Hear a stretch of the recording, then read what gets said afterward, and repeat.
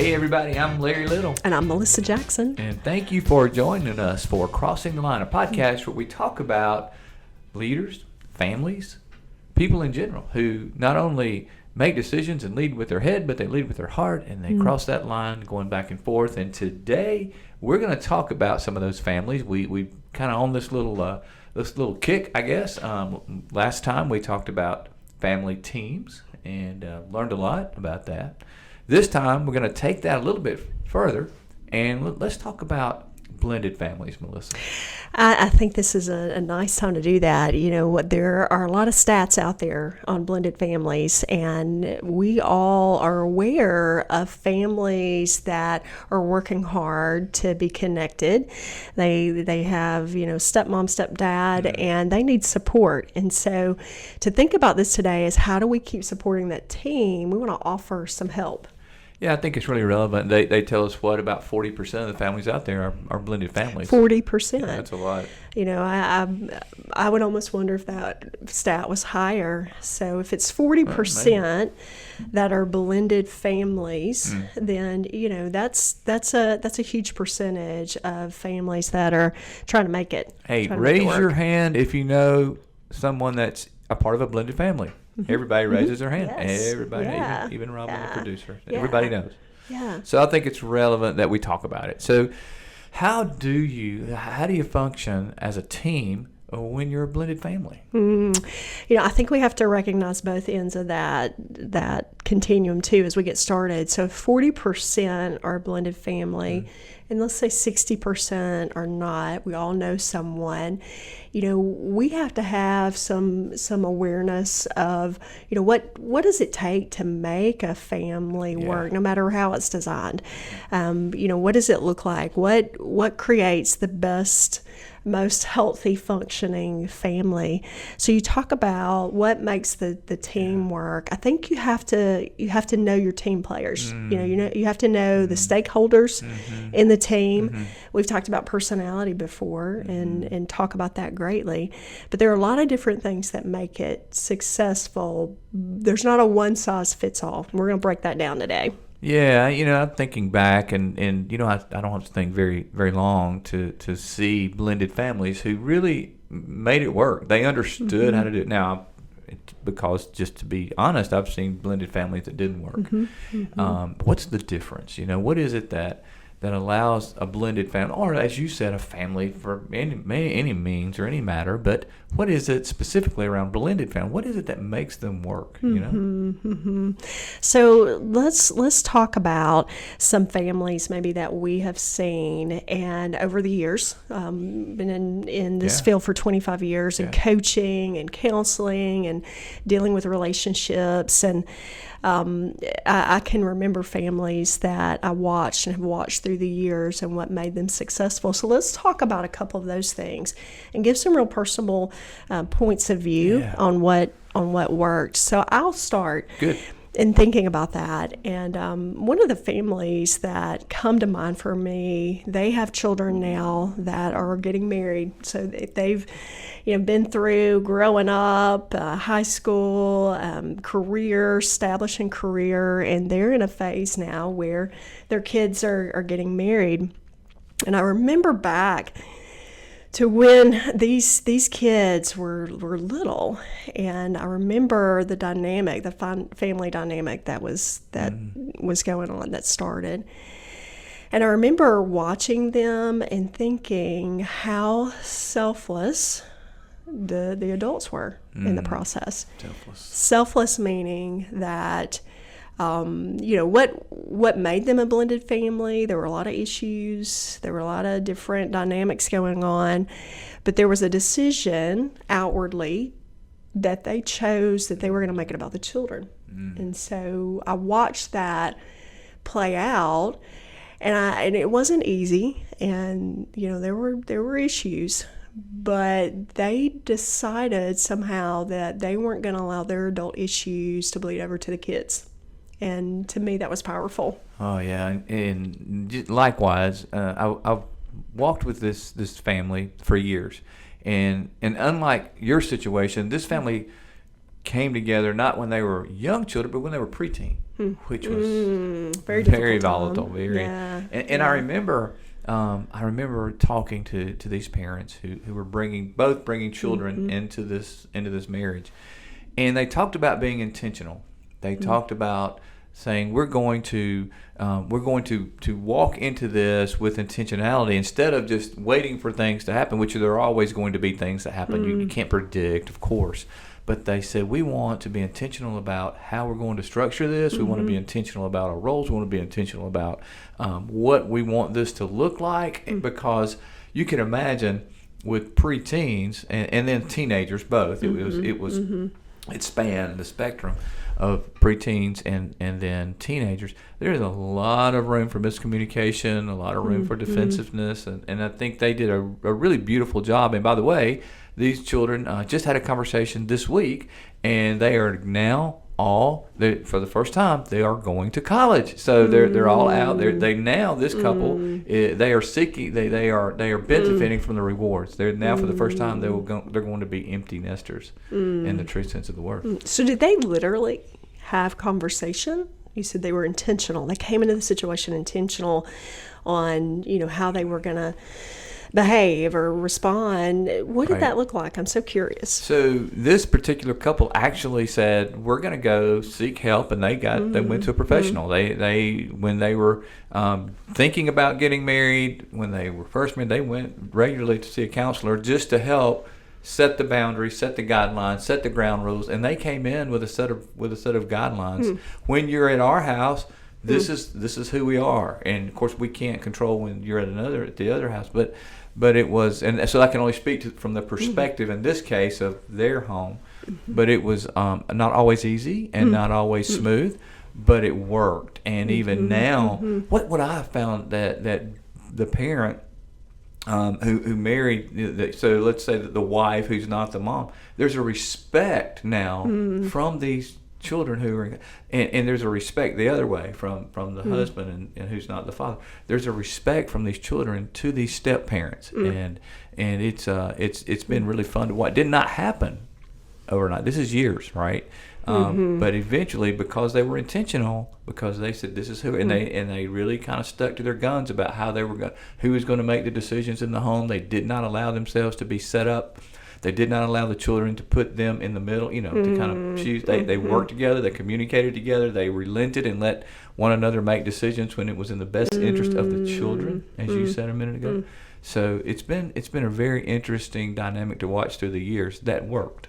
As you're talking, can't help but think about all the different needs that each team player brought into that family. The kids, the adults, and they all needed something different. Based out of what they were experiencing, and a family that can process through that and talk about that. How healthy that is. So healthy, and they parented very differently. Each child very differently. We were talking about that this week. That one of the children had a more histrionic, kind of a more, I want to be the center of attention. One was more introverted and kind of needed some one-on-one. And they did exactly what you said a minute. They understood their children, and they put those children first. They understood their personality, their needs, their insecurities. And they made it a priority to parent them that way. So, that makes me think about a second piece that I think makes that type of family that is working so hard to connect successful, and that is being agile. Being able to make adjustments, not being caught in of this is one way to do it, and one focus that may be their own personality, but instead learning how to really be flexible and agile with each other and becoming what the situation needs, what the season needs, the season of parenting, the season of a adult to adult relationship, that marriage relationship, but being so flexible to be able to be aware of the needs around them and their own personal needs as a couple. So, learning, growing, challenging yourself to really be agile so that you can be on that journey, and whatever direction that journey goes, you can kind of go with it, and you can make that journey as well. You can give some thought to how you want it to look. You have articulated probably the most important piece, that being agile, because you can't say I'm just going to be one way, or I'm going to stay in this path the whole time, because parenting is such it changes. There's such the needs change. Dynamic, isn't it? It's dynamic. It so is fluid, and children need so many different kinds of things, even as they grow. And I think it's easy to say it, but man, it's hard to be agile in parenting, and that means you've got to continue to be intentional about what your children need, and continue to put them first, and that includes, we talk about intentionality. Part of that is defining the role that you play in this child's life. Well, the truth is that role may change as the respect grows, or as the relationship grows, or as trust grows. It may change, right? So it's I think you've really hit on something that's important for us all to remember. Hey guys, this is not a black and white science. This is something that we're learning and practicing and changing and growing as a parent. If you allow yourself to fail, allow yourself to be agile, get up and try again. I think that's some secret sauce there for these families. But I want to bring it down for just a minute, because those are important things. There's no doubt. Being selfless, being intentional, being agile, defining role, understanding what your role is as it changes. Those are really. But what does that mean? And if you're going to have a team that's a blended, or a family in general, right? I want to go through a couple of tips, and just a few, and I want to get your thought and your perspective on. Let's put some handlebars on this, as I like to say, so that you can practically apply what we're talking about. So we don't just kind of philosophize, which nothing wrong with philosophizing. I like that, by the way, but let's try to some handlebars. Yeah, let's get some handlebars. All right. So number one, establishing regular family meetings. Melissa, that sounds really nice and warm and fuzzy, but it's not as easy as it sounds, is it? So to have, in my mind, it's conversation. Have regular conversation, have checkpoints, have a temperature read, have a gauge, so that you can, get a check on how things are going. To me, everybody's so busy, and you're working or running your home, and working at home, working at work, and you're taking your kids everywhere. You've got a lot going on. And so to be able to come back to a time where you can establish a checkpoint and work hard to have that be consistent, as consistent as you can be, but to have conversation and see how everybody's doing. Get a heart check, get a head check. But be able to try to make that happen as a parent, as an adult, to help lead that. I think it's so important to realize too, if you try this and it doesn't work, it's okay. I remember trying to have family meetings, and our kids looking at me like, you've lost your mind, and that was okay, because you're kind of building a muscle. And you're teaching them the importance of communicating, which is the next thing I want to ask you about, and that is communicate expectations early. Second thing, communicate expectations early. Speak to that.